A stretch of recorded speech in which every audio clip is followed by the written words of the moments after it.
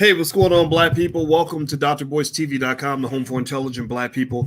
Today, we're going to talk about LeBron James, and I saw this really interesting story about LeBron, and there is a Black cop, apparently, that wants to talk to LeBron James. So we're going to talk about LeBron, talk about why the cop would like to talk to LeBron, and we're going to break it all down from a Black perspective. So get comfortable, buckle up your seatbelt, hit the thumbs up button. We're going to get started on drboystv.com right now.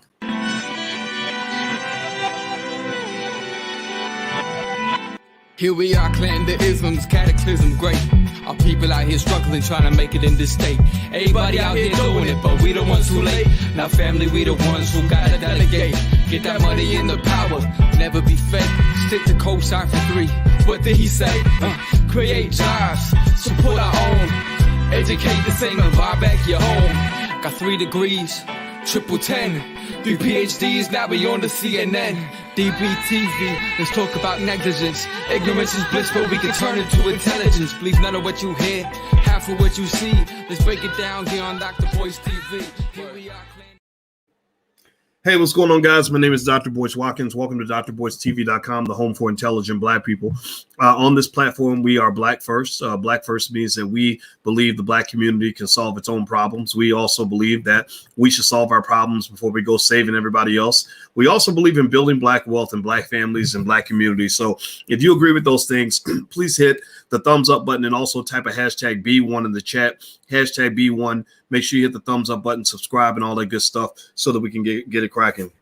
So as I mentioned before, drboystv.com, it is for intelligent Black people.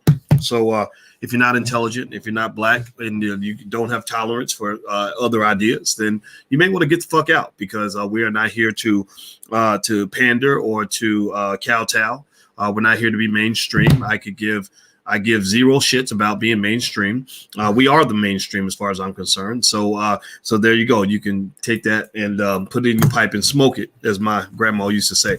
Now, with that said, welcome Valentino and Derek and Sheldon and Rob B and Shalinda and Atlanta's Black Wall Street. I see you. Let's talk about this topic that's in front of me now. LeBron James, you know LeBron, King James, a great guy, great activist. Awesome human being. I don't know LeBron, never met him. I know Chris Broussard very well, and Chris Broussard is a journalist that you've probably seen on Fox Sports and stuff like that, and he's known LeBron since he was doing beats back in Ohio. And I asked Chris, I said, what do you think about LeBron? I mean, what kind of guy is he? And Chris confirms that LeBron is a cool dude. And since I think Chris is a cool dude, and Chris says LeBron is a cool dude, then I'm going to assume that LeBron is a cool dude. I have a lot of respect for LeBron James. I love the work that he's doing. And I like the way he changed the template of what it means to be a superstar athlete. He's not, the Michael Jordan, Kobe Bryant era. Unfortunately, that bred a lot of selfishness. Kobe and Michael were just, Kobe passed, so I'm not going to be mean or anything, but they were kind of this, they sort of fed into an idea that said that to be an alpha male, to be a leader, you had to be an asshole. You had to kind of be mean to people and dominate people and everything else.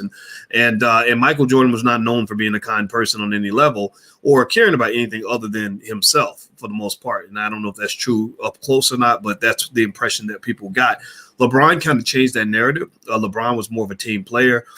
You can tell a lot about anybody who ever plays basketball. You ever notice how you can tell a lot about a brother's personality by how he plays basketball? Can anybody, you know what I'm talking about? You can just tell. And so LeBron just comes off as a good guy. So with that said, here's what I want to get to on this. And just so you know, I'd like to make sure I explain it in full context so you get what's being said completely. Now, the deal is this: with LeBron's activism, not everybody loves it all the time. Right now, with Fox News, I think Fox News told him to shut up and dribble. I don't agree with that. I don't think he has to shut up and dribble. LeBron ain't got to do nothing for nobody. LeBron is King James. He's earned that title. He's been a great athlete and a great humanitarian. A little bit like a Muhammad Ali. He's not afraid to jump in the fire and face controversy, and I respect him for that. But there was a little bit of an interesting development that took place with the shooting of Ma'Khia Bryant. I hope I say it right. Her name is spelled M-A-Khia Bryant. And she was a young girl. I want to say 16. I don't think she's 15, but tell me if I'm wrong. And according to the video, she was about to stab another girl, and she'd had the knife in a very aggressive position, and the officer pulled up and shot her. Now, what I did was on my Instagram, which is the Real Boyce Watkins, and I hope you'll follow me but only follow me if you're intelligent and black. But all the intelligent black people, I'd like for you to follow me because I want to get rid of the idiots. I want to block people and get rid of the dummies and hear from people that actually don't necessarily have to agree with me. I don't care if you agree with me or not, but I kind of need people that want to think. I don't think critical thinking is encouraged in our community. I think that we're encouraged to kind of go along with the bandwagon. I'm not a fan of that. I'm not interested in bandwagons because bandwagons is how you got in this bullshit mess that you're in the first place. Bandwagons is how you ended up getting oppressed. Bandwagon is why you have no power in the world right now. Bandwagons are why you have a community that celebrates and glorifies ignorance over intelligence. So I'm not interested in bandwagons. And but if you are out of that category, I am at the Real Boyce Watkins. And one of the things I've noticed with the responses is that there were people who kind of took different sides of the spectrum. I saw people who felt that, the police were wrong, and that's all there is to it, and that that cops are always killing black people, they're pigs and everything else, and I don't disagree with that. I mean, I think that police killings. If you check my record, 25 years. Even when I was in grad school and I wrote articles, I used to write articles about police mistreatment of black people. I used to talk about the Clinton-Biden crime bill back in the 90s and how that was going to destroy black families. I talked about people being beaten by the police, stopped unfairly. I've been talking about that for a long time. Really before the world started talking about it, I was on that. But here's the thing, though. Sometimes people don't quite get it right. Sometimes people get this weird white supremacist tunnel vision. I call it white supremacist tunnel vision because what happens is if you pay attention, a lot of people, the things that they talk about the most is nothing but a repeat of things that they've been hearing on white-owned media outlets like CNN and MSNBC. Do you know what I'm talking about? Where, the conversations in terms of what we're allowed to really discuss when it comes to Black life and Black Lives Matter and all that, it's really talking points we grab off TV. And so one of the things I'm hopeful that we can get away from is allowing other people to shape our conversations, and I, when I see this conversation about police brutality, it's an important conversation. Police shootings are definitely an important issue. But one of the things I think is missing is a balance because police shootings are not the number one cause of death for black people. It's not even in the top. Probably not even the top 15. Did y'all know that? Give me a yes or no if you knew that the number of black people killed by police is almost completely minuscule compared to the number of black people dying from all the other things that are out there. Now, I'm not trying to say police are good. I'm not saying that at all. I'm not here to say that they're bad. You're right, because cops are different. I know a lot of cops. I know bad cops. I know good cops. I know everything in between. But I think that this idea that somehow that the only way for you to really save your son's life is to protect him from a cop means that you're putting your son in danger because you're only protecting him from one thing. It's like those people who will wear a COVID mask and will socially distance from people, but yet they'll go out and have unprotected sex in Atlanta where AIDS is everywhere, right? Like they'll go out. You'll literally go out. And in fact, it reminds me of when I play Call of Duty. I play this game Call of Duty. I've told you guys about it. I started playing so I could get closer to my sons, but I've actually enjoyed it now. Now I play with a group of guys that are all in our 40s, and we have a blast. And one of the things I learned about that game is when you go into this, it's this thing called the war zone, and you go in with your gun and you're trying to kill people. And one of the things that my coach, his name is G-Mac, that's his nickname. One of the things G-Mac told me was, he said, "Boy, so if you go in with tunnel vision and you're only thinking about taking out that guy in front of you, then you're going to get shot because you got 10 other guys around you that are watching you focus on this one person." And so because you have too much tunnel vision, that's how you get killed. You have to always be aware of all your surroundings. You got to play chess, not checkers. You got to think about 10 moves at once. You can't think about one. Well, I think that's true for being black. One of the ways that black people die the most is they get you into tunnel vision. One of the ways that they take you out is they get you focusing on one issue when really there's like 10 things that are happening all at once. They get you so focused on one thing that they can do 8 other things to you, and you won't even know what's going on because you're focused on that one thing. So with police shootings, I think that it's kind of gotten to the point where we talk about the one thing. The only black people whose death gets recognized in the community is somebody who's shot by a cop. When a little 8-year-old girl gets her brains blown out by a gangbanger, nobody says anything because we only talk about the guy who got shot by the cop. When there's some single mom out here that gets raped and beaten by somebody who's not a cop, we don't talk about that because we're only talking about black people who got killed by the cop. When brothers, thousands of black people right now at this very moment are being beaten and raped in prison, we don't talk about that because we're only talking about that one guy who got shot by the cop. So you're ignoring the other 10,000 people who got killed because you're focused on the one. And the one that you focus on is given to you by media. Media gives you that. White media gives you that. If CNN and MSNBC was not talking about it, y'all wouldn't be talking about it either. That tells me that there's another level you got to climb to when it comes to really being free. And so that takes us back to LeBron. Now, as we move forward, do me a favor, hit the thumbs up button, hit the share button, hit the subscribe button. There's my Instagram, The Real Boyce Watkins. I hope you'll follow me. We like to have intelligent conversations. You ain't got to agree with me. That's okay. I don't want you to. In fact, I want you to think for yourself. So hit the thumbs up button. All right. So one of the things that's going on now is LeBron, in his, much appreciated, really zealous activism, he jumped out and made a tweet about the shooting of Ma'Khia Bryant, and LeBron, the tweet was wrong. It was incorrectly done. LeBron knew that it was ill-advised. And the reason I know that he agrees with me is because he took the tweet down. He deleted that tweet. Now, I'm sure there's an explanation like, oh, well, I didn't want to get it confused, or I didn't want to, I didn't want to distract from the issue. No, bro. You messed up. It's okay to mess up. Like, we all mess up. Like, I delete tweets. I'm like, damn, there's a typo. I need to take that. Or there's a factoid I got wrong. I need to take that down. When you delete it, that means you're saying that there's something wrong with this, right? Because I'll tell you what, you can go back and find anything that I've said in the last 25 years. I will pretty much stand by every single thing I've ever said, even stuff that has evolved through time. I stand by every single thing that I've ever said. There's nothing you can put in front of me and say, Boyce, you said that. Are you going to apologize or retract? The only time I would apologize or retract is if I'm truly wrong, is if I say, damn, wow, I didn't know that. I fucked that up. Let me change that. Let me give you an updated statement based on my new perspective now, because now I'm 10 years older than I was when I made that statement.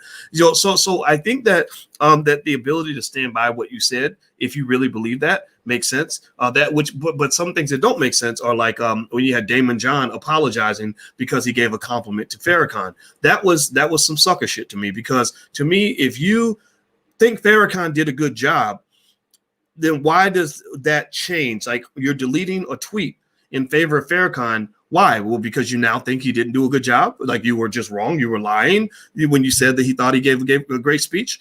Or are you being a punk right now? Are you letting them punk you to the point where they're telling you, Negro, you can't even compliment Farrakhan. You compliment him, even acknowledge that Farrakhan does anything right, then we're going to take you down. Now, don't ask me, Melissa, what my point is. If you don't get the point, if you can't handle the conversation, then you should probably leave. Okay, so don't do that. That's not cool. You either hear it or you don't want to hear it. It's okay either way. I just give zero shits, right? Okay, so I want you to understand that. Now, with that said, going back to Farrakhan, and taking that, leaping that over to LeBron, the fact that LeBron took the tweet down means that either he was pressured to take it down. Maybe he believed it, and somebody said, hey, man, you got to take this down or you're going to lose your job, or something bad is going to happen. You're going to lose some money, right? Which I don't think that's the case. Or he just knew he was wrong, right? That's why I used the Damon John tweet as an example. Either you were wrong about Farrakhan doing a good job. You meant to say he did a bad job or something. I don't know. Or you were lying about him doing a good job, or somebody pressured you and said, you got to take this down because you're going to be forced to pay a penalty for that. So when LeBron took that tweet down, I don't think that I don't think he was forced per se, in the sense of anybody telling him that he's going to lose things, right? Because LeBron's worth $500 million. I think LeBron's going to be okay regardless. I think that LeBron took the tweet down because I think even he knows that there was a problem with it, right? So basically what the tweet said was something, I think he posted a picture of a cop or something like that, and he said, "You're next," right? And now a lot of people on the right are taking it as him making a threat to the cop, like, we're going to come get you. I don't think that was it. I don't think LeBron was saying, I'm going to come to your house and beat your ass, or we're going to come kill you. I think LeBron was saying, you're the next person that will be prosecuted for killing a black person. There's nothing wrong with that statement. The problem with the statement is that he didn't have all the information. The problem is that he was reacting to what had just happened with that guy that killed George Floyd, and he was sort of jumping at the situation. I don't feel that he took the time to find out what went down. I wonder if he saw all the videos from the different angles in terms of what was happening. I don't really know if there was a consideration of the fact that, and I've seen a lot of you make this point, and I think it's a valid point. If you don't think it's a valid point, then I don't know what to say to you. But it did appear she was really trying to do significant harm to another little girl. So my question is, how do you justify this idea that we're going to feel sorry for the perpetrator but not feel sorry for the victim, right? When both the perpetrator and the victim are black, right? Sure, okay, maybe there was another situation. Yeah, maybe she was defending herself, but that was not what it looked like at that moment. It looked to me like if the cop had not done something, she would have gotten stabbed. She would have stabbed that girl. Now, maybe that goes to training, right? Maybe you talk about, okay, we should train cops to shoot people in the leg or tase them or do other things. I don't know. And that's the other thing. This is why I think LeBron might want to consider taking this meeting with this cop. I don't have the cop's name in front of me, but basically this cop is saying, I'd like to sit down and talk to you. His name's Joseph. His last name is Joseph. The cop basically said, look, man, I'm a brother. You're a brother. You're not going to take my black card just because I got a day job and you're in the NBA. You can't, or just because you're woke and you get the freedom of wokenly tweeting whatever comes to mind to 10 million people, 100 million people. And I'm just a regular guy. No, I'm black just like you. And I care about the community just like you. So brother to brother, I'd like to sit down with you and at least make sure you're fully informed on what we go through as police officers.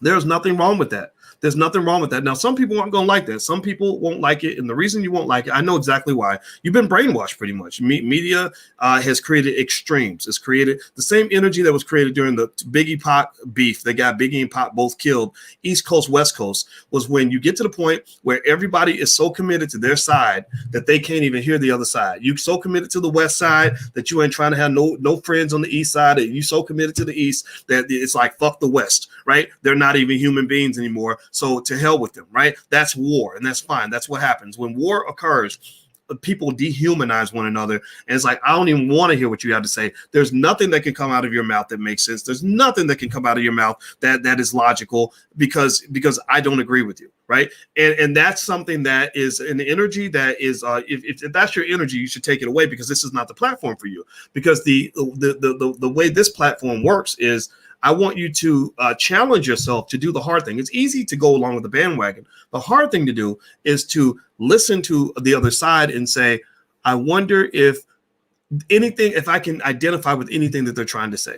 Can I, before I start running my mouth and getting on my soapbox and giving my perspective about everything, because everybody feels like they're right, can I take a moment and honor what you're trying to say to me without being condescending, without being an asshole, whatever? And I'm gonna tell y'all, this is the number one reason why so many of y'all got bad, fucked up relationships. That's why a lot of y'all women can't keep a man. A lot of y'all men can't stay married more than 6 months, right? It's because what happens is that you get to the point where you're in your relationship and your partner says something that doesn't make sense to you. Believe me and Alicia go through it all the time. She'll say something, I'll be like, that's just dumb. I don't even, what are you talking about, right? And what I learned, this is a little tip. This is a little tidbit from Uncle Boyce. What I learned is that before you start running your mouth about how you know everything and how you're always right, take the time to listen and honor the perspective of the other party.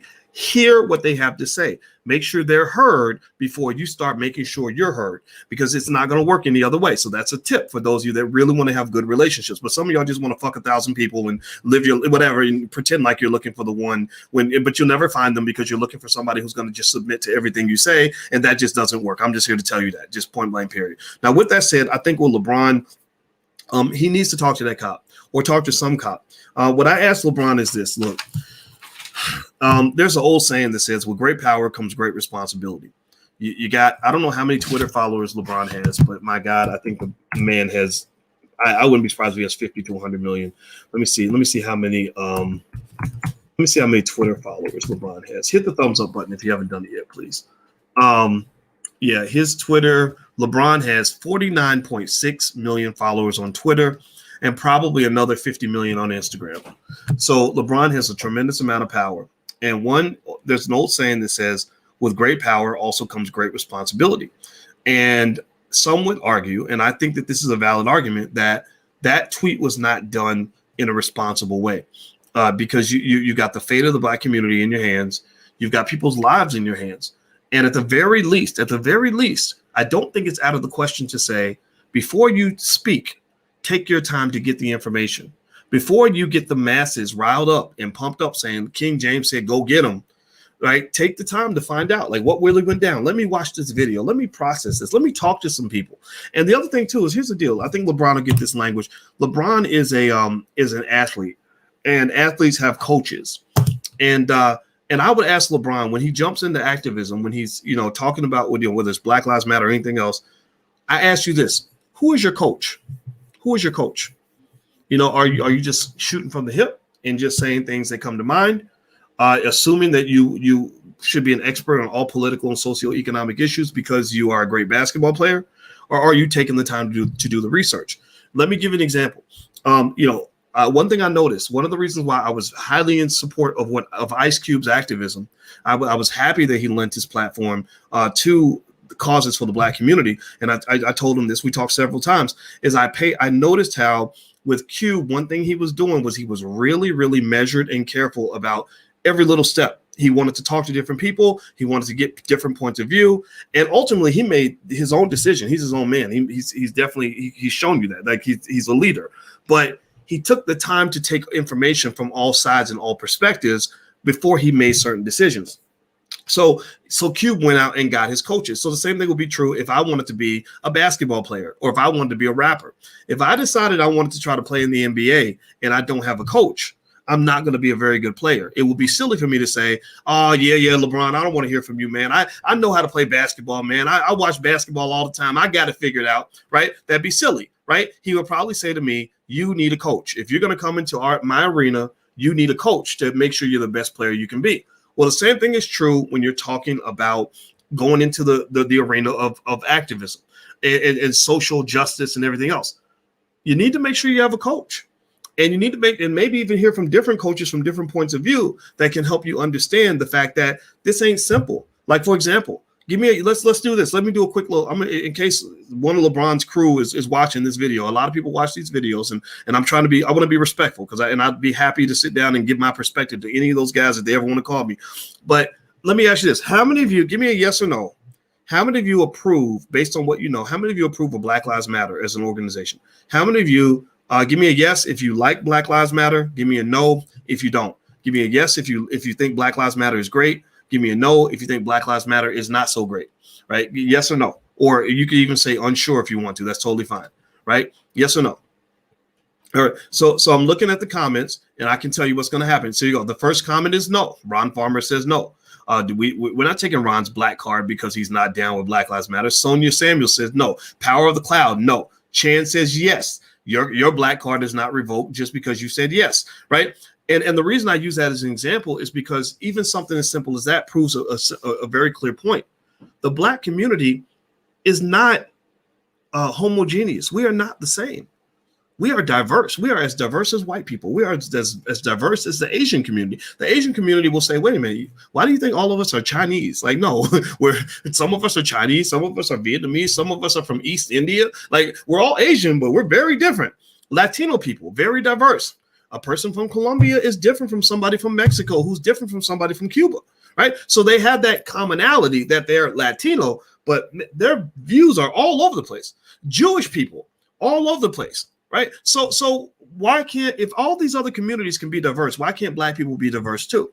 And when you respect that diversity, that means that when you're talking about what it means to be an activist, what it means to be pro-Black, you have to take the time to understand all the different ways that people are pro-Black. Most of the Black folks that are in my space don't even rock with Black Lives Matter. They're like, wait a minute, it's being run by some trained Marxists who talk more about transgender and LGBT issues than they actually talk about about black people don't seem to have any respect for black men other than when they get murdered by a cop. Then they'll talk all day about it. But when you talk about bringing a black man into the family to protect the black man from even interacting with the cops, they don't want to hear that. Like, we don't need men for protection, but we're going to sit here and use a man's death to raise $100 million so we can go buy multi-million dollar houses and go to the Grammys, right? Like, seriously, like it's like Jonathan says that Black Lives Matter is a joke. I don't rock with Black Lives Matter. You guys will never see me wearing a Black Lives Matter t-shirt. But, LeBron James wears Black Lives Matter shirts. And I will be willing to bet you that for a lot of these guys in the NBA that wear these Black Lives Matter shirts, the reason they're doing it, and in fact, I talked to a guy who's an insider on all this, and I said, why are they running around just supporting Black Lives Matter without considering the reason that a lot of black folks don't rock with Black Lives Matter? And he said, oh, man, they're just doing what they were told to do. That their bosses, that run the NBA, told them that to wear Black Lives Matter shirts, or they weren't fully informed. Think about it. You're busy playing basketball. How do you have time to really know all these little subtle things that we know in our space? Just like I watch basketball, but I don't know the subtleties of how to run an offense and how to play defense in basketball. If you're playing for the Lakers, right? So it's a different arena. So sometimes they come into the arena and they see Black Lives Matter. Oh, I agree with that. So I'm gonna wear a Black Lives Matter shirt. When you don't understand all that comes with that. Right? It's like if I meet a friend who's a Crip and I think, oh, well, he's a Crip, so I want to be a Crip too. And I don't know nothing about gang culture. I don't know nothing about LA. I don't even know the fact that there's different sections of the Crips that sometimes don't get along with each other. Like, I don't understand all of that. All I know is, yeah, I'm a Crip, right? That would be very silly for me to do.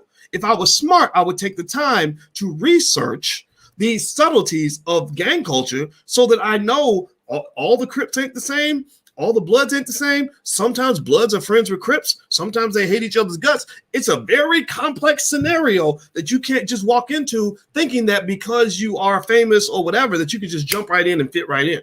So a lot of times when it comes to black activism, celebrities kind of come in assuming they know things they may not know, or assuming that they're ready for things they're not ready for. Like Nick Cannon is a great example. Nick Cannon came in speaking a whole lot of really heavy language and interviewed Professor Griff and got to talking about Jewish people. And the next thing you know, Nick Cannon is apologizing over and over and over again, as if somebody literally broke the shit out of him and forced him to just do it repeatedly until they like, boy, you ain't apologize. You apologize 8 times. 8 times ain't enough. You better keep apologizing or we're going to take that wilding out money. I guess he apologized enough because he got his show back, but it was a real loss for the community when that occurred. So I think with LeBron, I'm going to just tell you, I think his tweet was wrong. In fact, what I'm reading here, it seems like they're even saying that the picture he put up of the officer wasn't even the right officer. That part, I don't know for sure. I got to double check that. I think that LeBron should, if you're doing this kind of thing, I just ask you, who is your coach and who are your coaches? Who are the people that can really help you understand that there's different layers to blackness in America? There is the mainstream black layer. That's the Negroes on MSNBC and CNN, the Angela Rise and the Jackie, not Jackie, whatever her name is. That's that lady that on MSNBC. I forgot her name. I can't remember. I don't even care enough to even know what her name is. And then you've got the other level. You've got the Vicky Dillards and the Tariq Nasheeds and the foundational Black American conversation. That's a little bit different, right? You've got Black nationalism, which maybe talks about building wealth and family and community, the Farrakhan types, Hebrew Israelites sections of the community. And then you've got the leftist community, far left, Marxist and everything else, right? And I think that understanding all that is important when you come in on an issue like this. And I think that LeBron's contribution was good. But I think that one of the things that's really happening right now, and I'm just going to tell you what's the reason why we're all in greater danger now because of the way this activism has taken place is, number one, nobody really wants to be a cop anymore.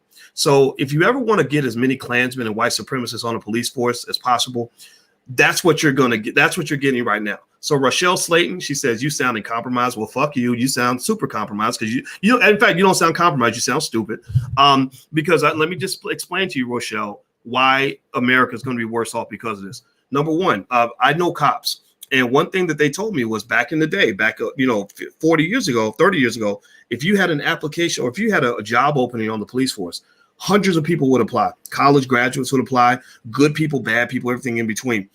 He said now when they put a job opening listed for the police force, Nobody applies. The only people that apply are crazy people, stupid people, and people who can't get a job anywhere else.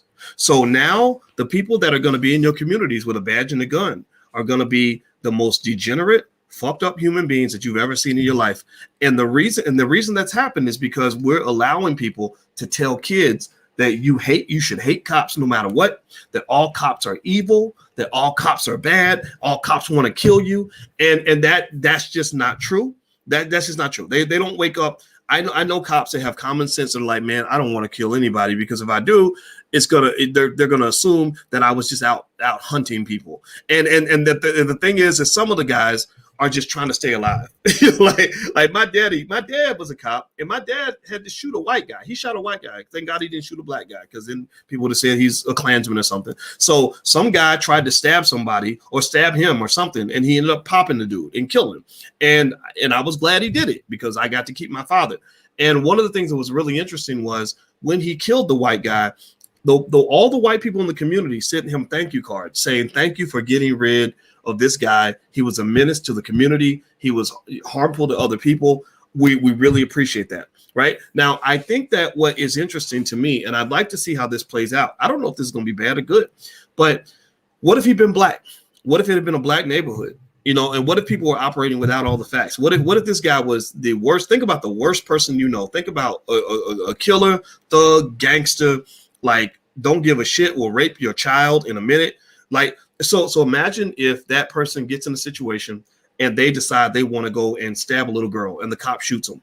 And then, do you think that the whole community would say, we're so glad that you dealt with this threat? Or do you think that they would say, oh no, the police killed an innocent black man. This is terrible. You cops are just murdering people. This is bad. I'm not going to stand by that because it's stupid. It's dumb. Like, no, if you are harming black people, I want you gone. And one of the mistakes that you make as black people, some of you, not all of you, intelligent people don't. And those who are not intelligent, like I said, you should just probably just go. Because there's plenty of people out there that will feed your delusional image of America. It's all white supremacy. It's all adding up to basically controlling your mind to the point where you're triggered by nonsense and you start doing stupid things. That's why your power has never accumulated, because you're not training yourself to think logically on things. But one of the things that I really I don't want to say worry about, but one of the things I really think we're losing is this idea that we have enemies, both foreign and domestic. I think that we've forgotten that not everybody that looks like you is your friend. Not everybody that is in your community is good for the community. And I know that with other communities, maybe with Asian communities or Jewish communities or whatever, they seem to understand, look, just because I'm Jewish and you Jewish don't mean we're going to rock together.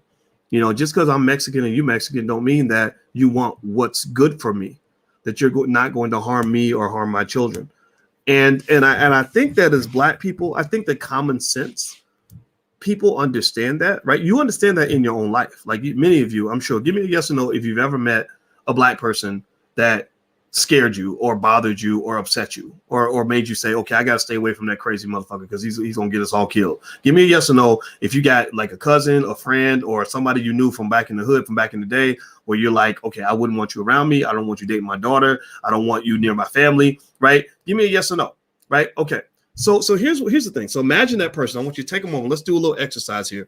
And I want you to imagine that, put that person in your head. Give me a yes in the chat if you got that person in your head. I want you to think, whether it's your cousin Pookie, whoever it is, right? Think about that person, right? Now imagine if that person gets in a situation where they go to harm another black person, maybe a woman or that you care about. Let's say they're doing it to your mama. Let's say that he comes to your mama's house and he pulls out a knife and he's about to kill your mama. He's about to shoot your daddy, right? Or rape one of your children.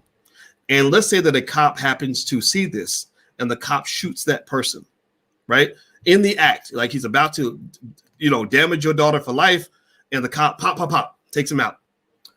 Process this for a moment. I want you to be honest. This is really going to require you to be honest with yourself. You don't have to, you can play your position or whatever and pretend like, oh, you're full of shit. Blah, blah. Okay, that's fine. I get that. But imagine if you are sitting there thinking, thank God this guy came in. because bad things would have happened to my mother if this cop had not intervened. And then imagine if the rest of the world, imagine if LeBron James, all he hears about is that a cop shot a black man. That's all he knows. He doesn't really know a whole lot about why. He doesn't know, he doesn't give a fuck about your mama. Don't know your mama. Don't care nothing about, the community. He maybe does care about the community, but doesn't really know the specifics, right? Because it happened in, Des Moines, Iowa, or Cleveland, Ohio. Well, not Cleveland, that's where LeBron's from, but Dallas, Texas, or something, right? So he doesn't know that particular neighborhood, but he, so he tweets something like, "Oh yeah, here's this cop murdering a black man again. This is terrible, blah, blah, blah, blah," right? So how would you feel? Like, how would you feel? Like, would you feel the need to, I don't know about you, but I know that I would probably feel the need to say, hold on. I get it. Thank you, LeBron. I appreciate your participation, but man, you don't understand. You don't understand, bro. This guy was about to do some terrible things. This guy, I've known this guy. This guy has done horrible things to people, right? You would probably want him to get more information before he spoke. And that's what I'm getting at. That's all I'm really getting at, right? And I'm going to tell you like this. This is where I'm going to draw a real clear line right now between people that want to be intelligent and those who just don't. Is a person who says you should simply get the facts before you start talking is not an enemy. Anybody who wants you to move and act without the facts, without information, is not your motherfucking friend. Anybody who, if your cousin comes to you and says, "Oh, they jumped me today. They beat me up. We need to go kick their ass and kill them," right? And you don't know the facts. Like all you know is that your cousin told you to go out and fight somebody, and you don't know what was going on. Your cousin could have started the fight, right? But you don't know. And y'all know what I'm talking about. You've had it happen where somebody gets you involved in some bullshit and got you all pumped up, ready to fight. And you wouldn't even learn the information. Then you get there and they're like, no, man, let me tell you what really happened. And then you look at your cousin crazy, like, wait a minute, you was about to pull me into some stuff without even telling me what was going on, right? Well, that's partly on you as well, because you didn't take the time to get the facts. So what I'm saying to you is there is nothing wrong with somebody saying that in order to protect the credibility of the movement, we must get the facts before we speak. What the fuck is wrong with making that point? Why in the hell are there so many people who get mad when you simply say, get the facts? Like that right there, I'm sorry. There's these moments, every now and then I have these weird moments where I'm like, man, okay, God, I think I was born on the wrong planet. I really do. I was born on the wrong planet or the wrong era, because I can't, this is too much. This is too much. People ask me to go along with bullshit that don't make no damn sense. They ask me to jump on bandwagons without even knowing where the bandwagon's going. And I guess that's just the age of the internet, right? People just kind of get riled up over stuff, and they are so committed to their side of things that they've lost complete total commitment to any aspect of truth or any sort of understanding or concern for the long-term implications of riding along with somebody else's bullshit.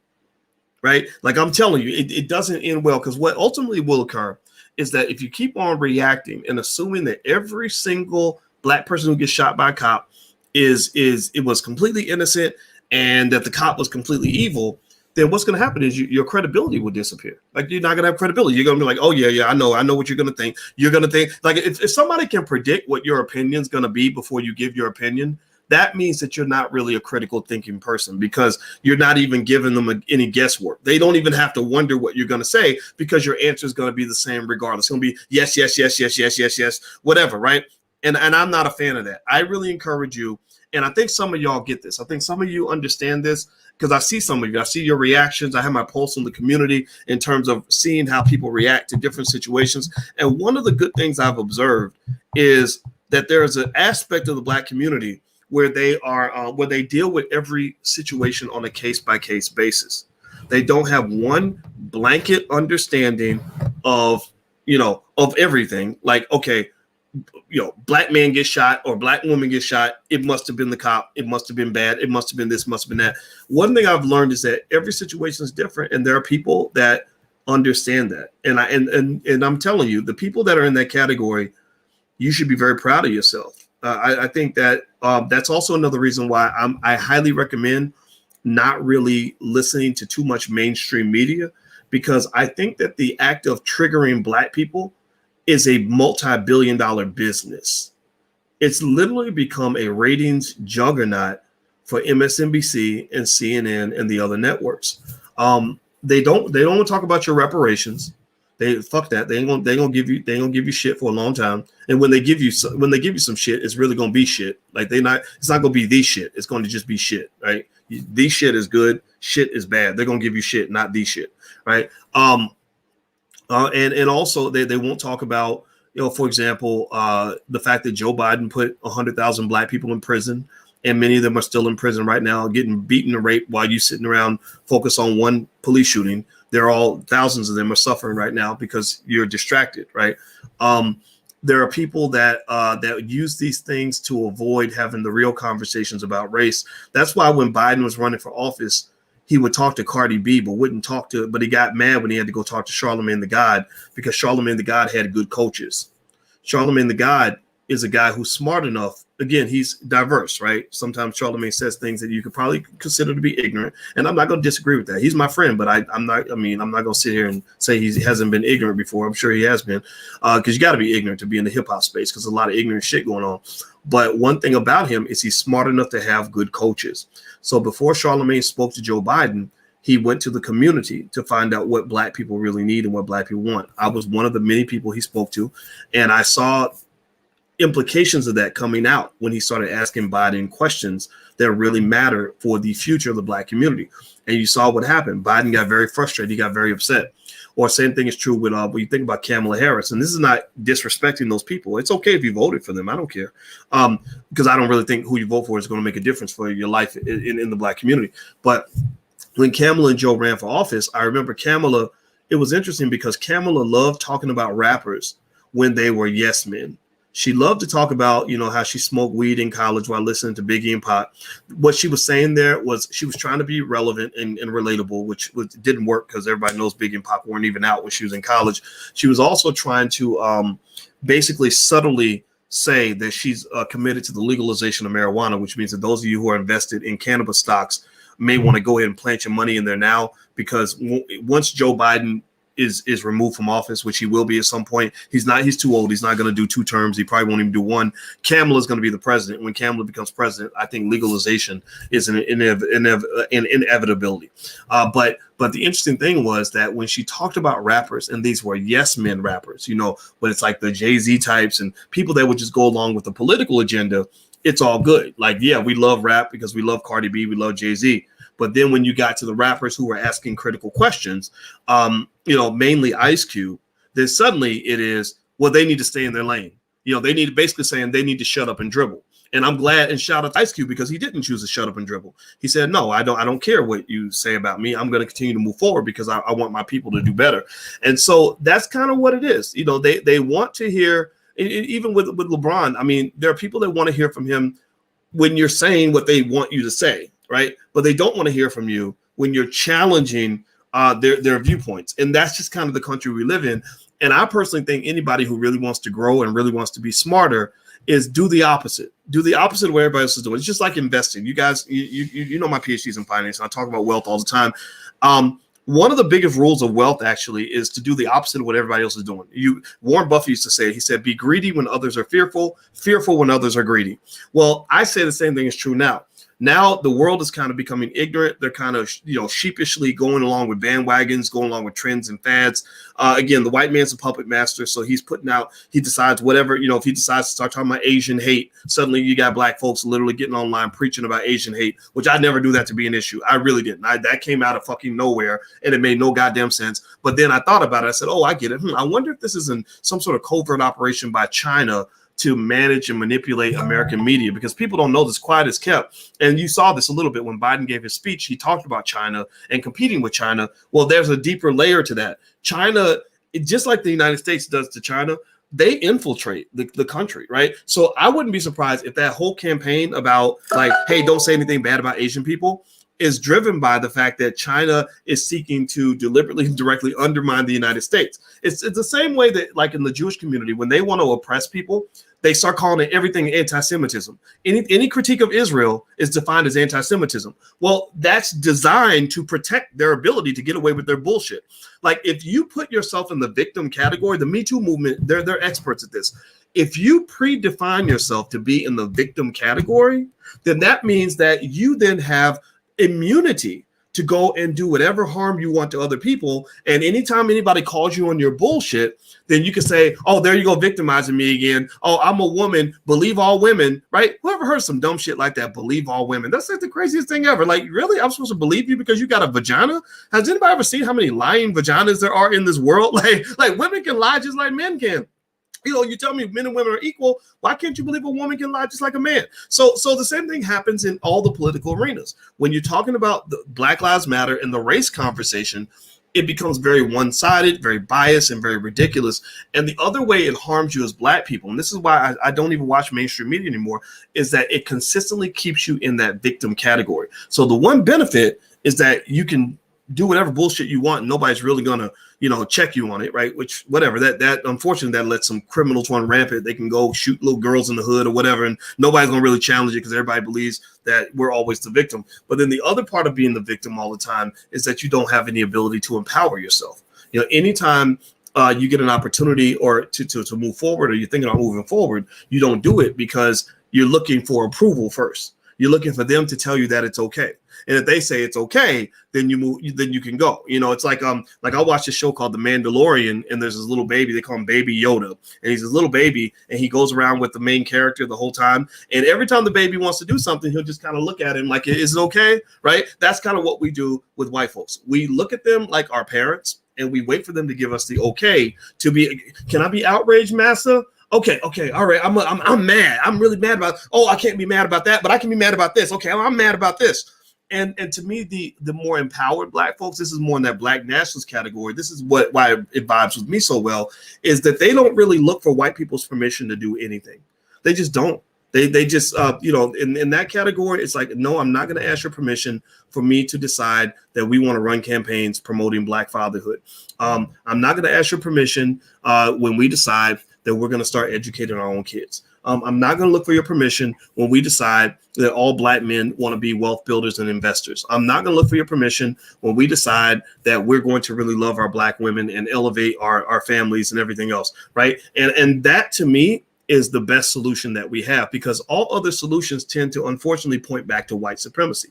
And I think with LeBron, what really makes me kind of sad is, and I'm going to finish up on this. I know I've talked in a lot of different directions. And again, some people are going to just get tired of him, bored, and that's good. You should unsubscribe to the channel, because being here is not a right. It's kind of a privilege. So those of you that are here, I'm glad you're here. But those that don't want to be here, you don't worry. I'm not trying to, this is not clout chasing. I don't need you to listen to me. I really don't care if you listen or not, because in fact, some people won't even get it. But the thing with LeBron that's interesting to me is when I saw all the NBA players wearing those Black Lives Matter shirts, I was like, damn, I wish I could talk to them and help them understand what they're promoting. Many of them, unfortunately, are blindly promoting something that has been embraced by corporate America. That 100 million or more that Black Lives Matter has received, most of that money never got to the Black community. Those hoods you come from, those are not communities that the Black Lives Matter folks are really trying to really help and develop. It doesn't mean every member of the Black Lives Matter organization is bad. Many people jumped in without knowing sort of what's really driving all this. Like, what's the leadership doing? What's Patrice Cullors and our homies doing in the Black Lives Matter Global Network? And I thought about the fact that, unfortunately, despite the fact that these NBA guys, and no disrespect to LeBron, because I like the guy a lot, despite the fact that they make a lot of money and they have a lot of fame and a lot of power, they don't have a lot of self-determination. And in my very probably old-fashioned view of masculinity is that a big sign of masculinity and manhood is the ability to exert power. And power, if you read books like Powernomics, power is defined, and I don't have the book around me, but it's defined as the ability to pursue your agenda despite the opposition of others. And that means that you also have that ability to manifest.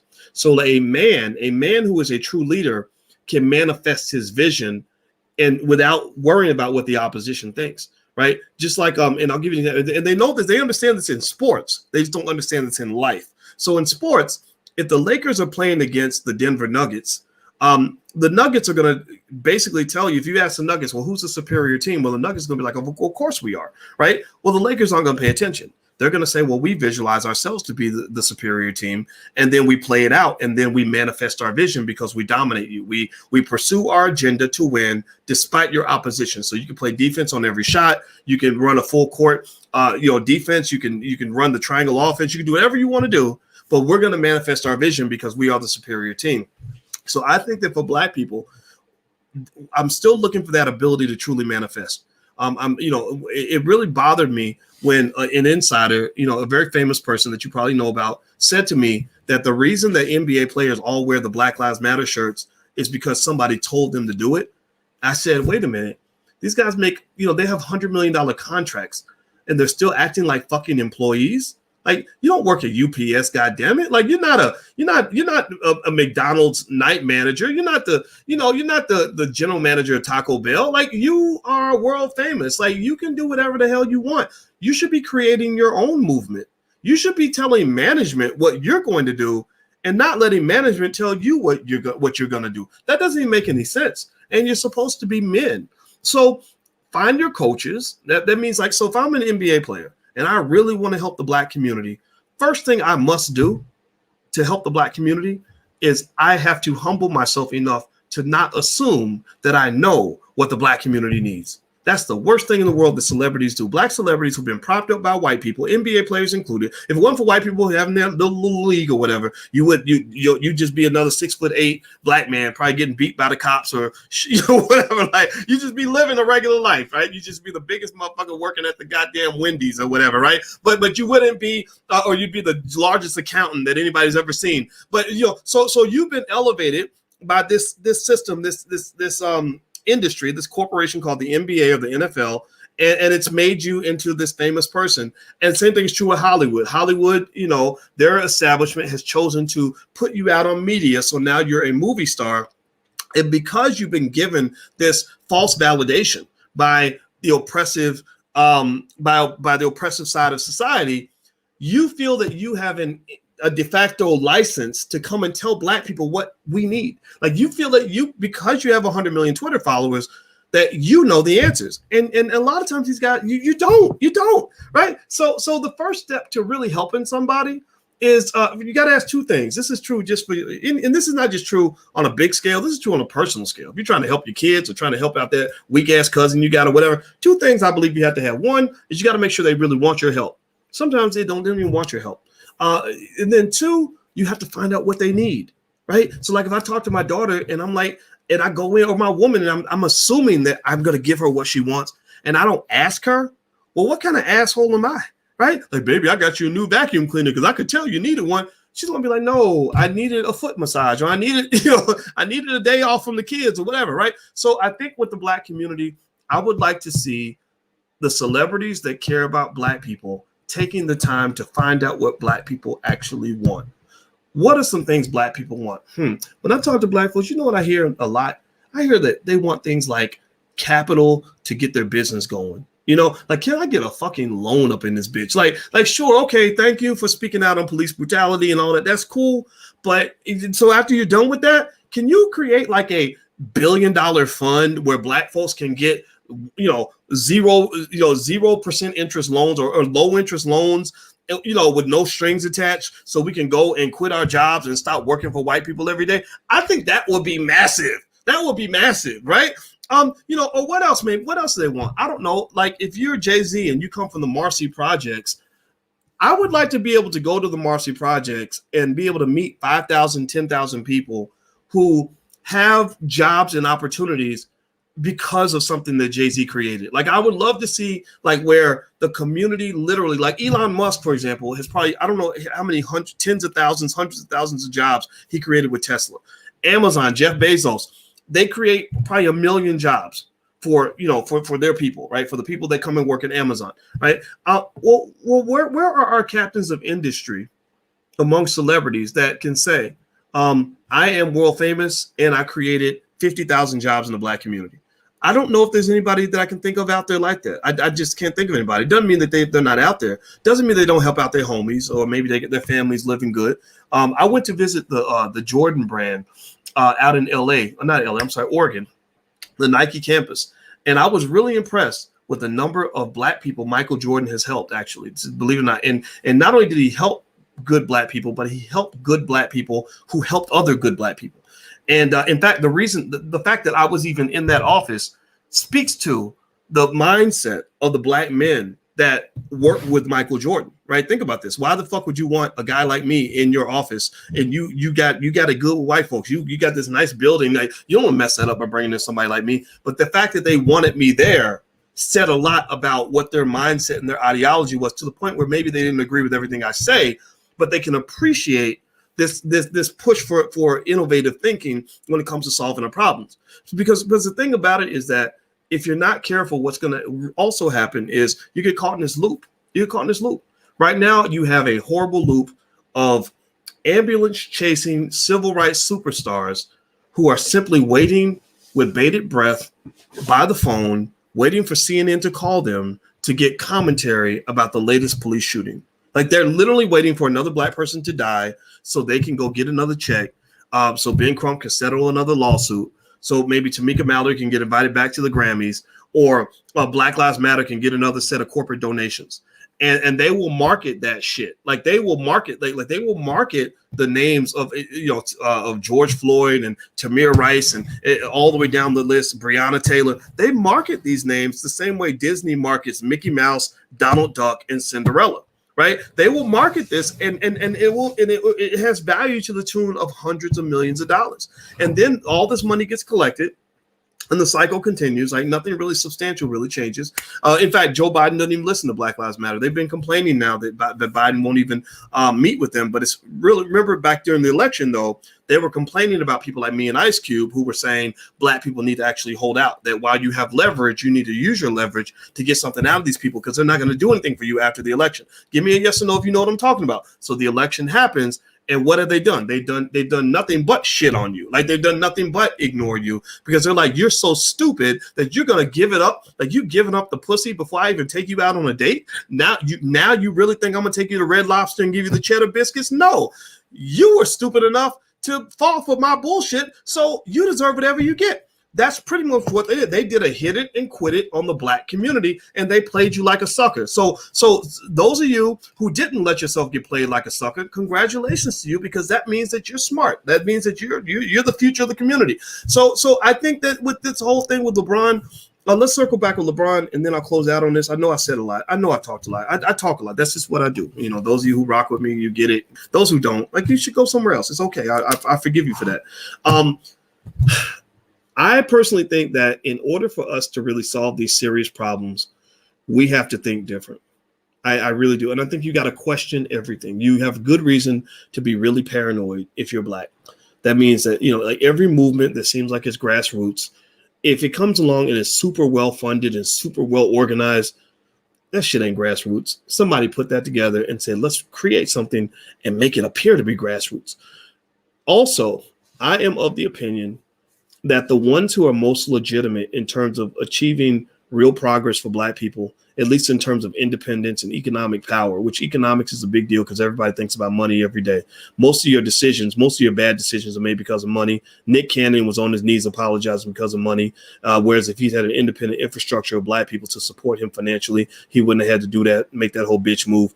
People will run around apologizing for being friends with Louis Farrakhan because of money. It's money. Money's everywhere. So to me, the people that really want you to be free and want to really solve this problem are the people that will help us solve the black wealth problem.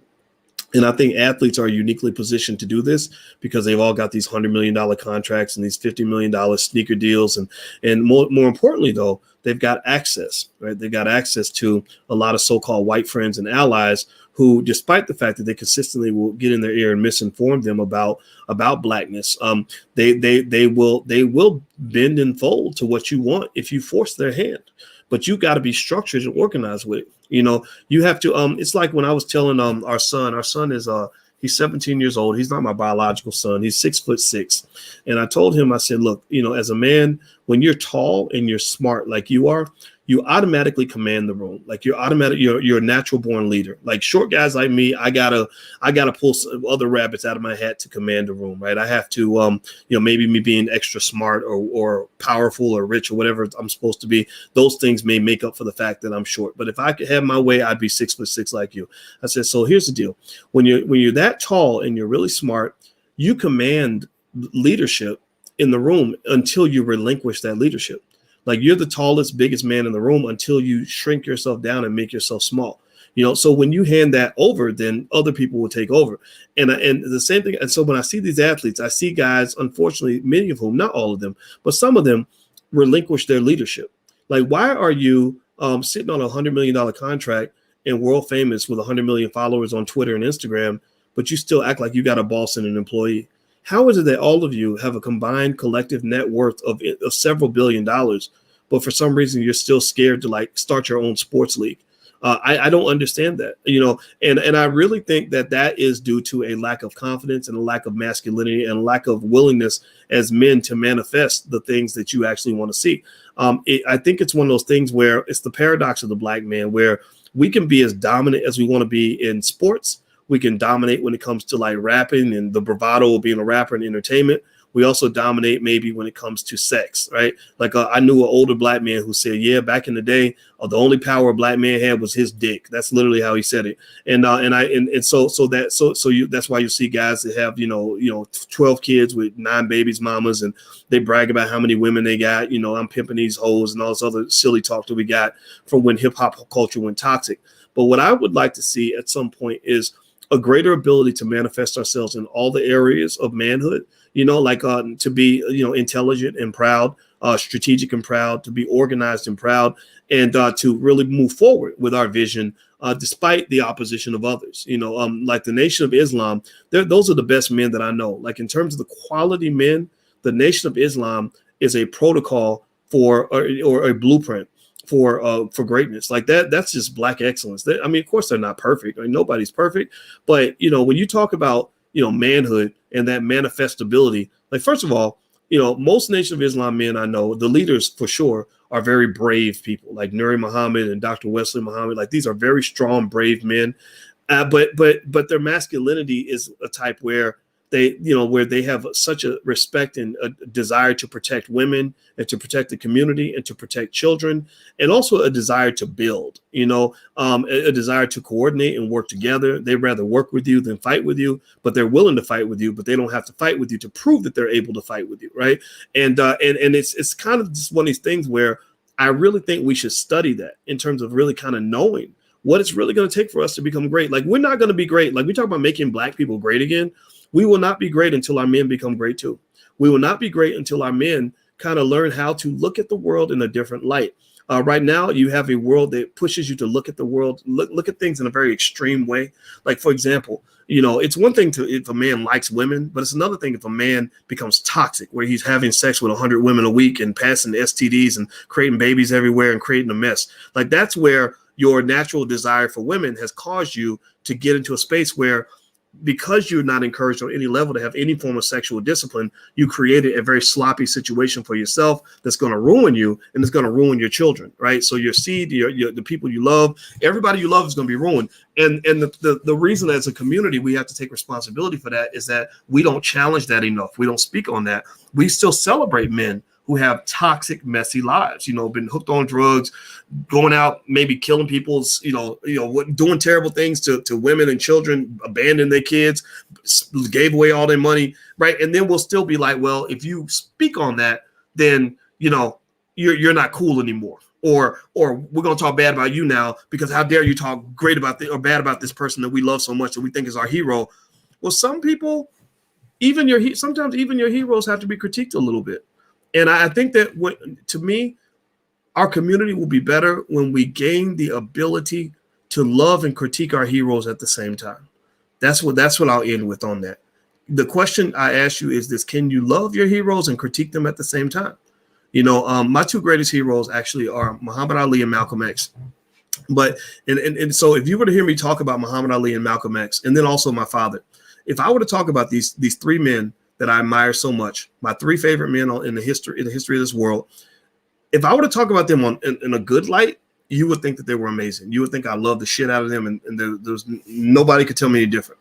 But if I were to point out the criticisms, you would think, whoa, you must hate those guys. You must think that they're stupid. No, it's not that they're stupid. It's that I think that one thing that makes a community stronger is when the next generation does better than the previous generation. And so, and maybe it's just me. Maybe I'm just a weirdo. I probably am. But like I look at Malcolm X and I see areas where I'm like, I think he should have done that a little bit different, right? Or I look at Muhammad Ali and you see maybe his financial problems or his issues with women. I kind of feel like, I think that there's some areas I wouldn't do it the same way, right? And I don't think as a community we have that ability to do that, which is why just the mere mention of LeBron James's name in the title and me saying anything less than that, which is 100% complimentary and flattery and kissing ass, is going to automatically trigger people and say, oh, you're just being a hater.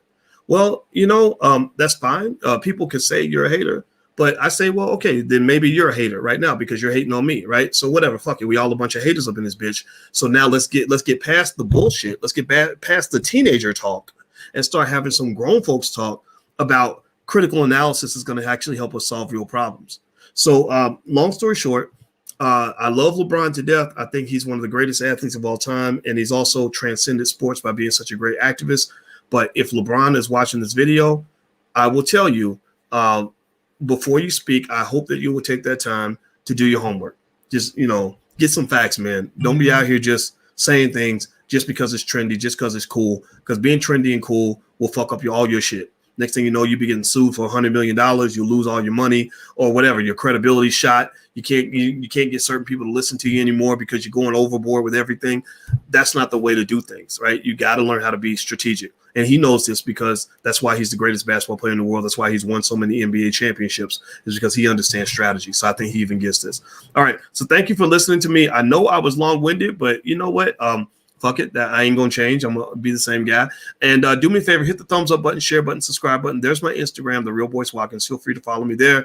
I also have a Clubhouse account. So if you ever want to come and hang out with us in Clubhouse, there's my Clubhouse. Just look me up there. And I'm out of here, guys. So have a good day. Thank you for listening. Hit the thumbs up button on your way out, and I'll talk to you soon. Be good. Peace.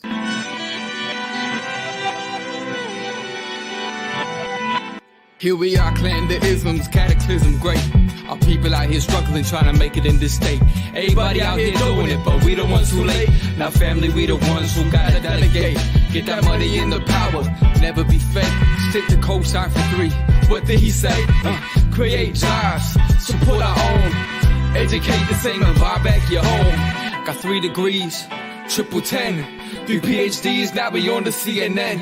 DBTV, let's talk about negligence. Ignorance is bliss, but we can turn it to intelligence. Believe none of what you hear, half of what you see. Let's break it down here on Dr. Boyce TV. Here we are.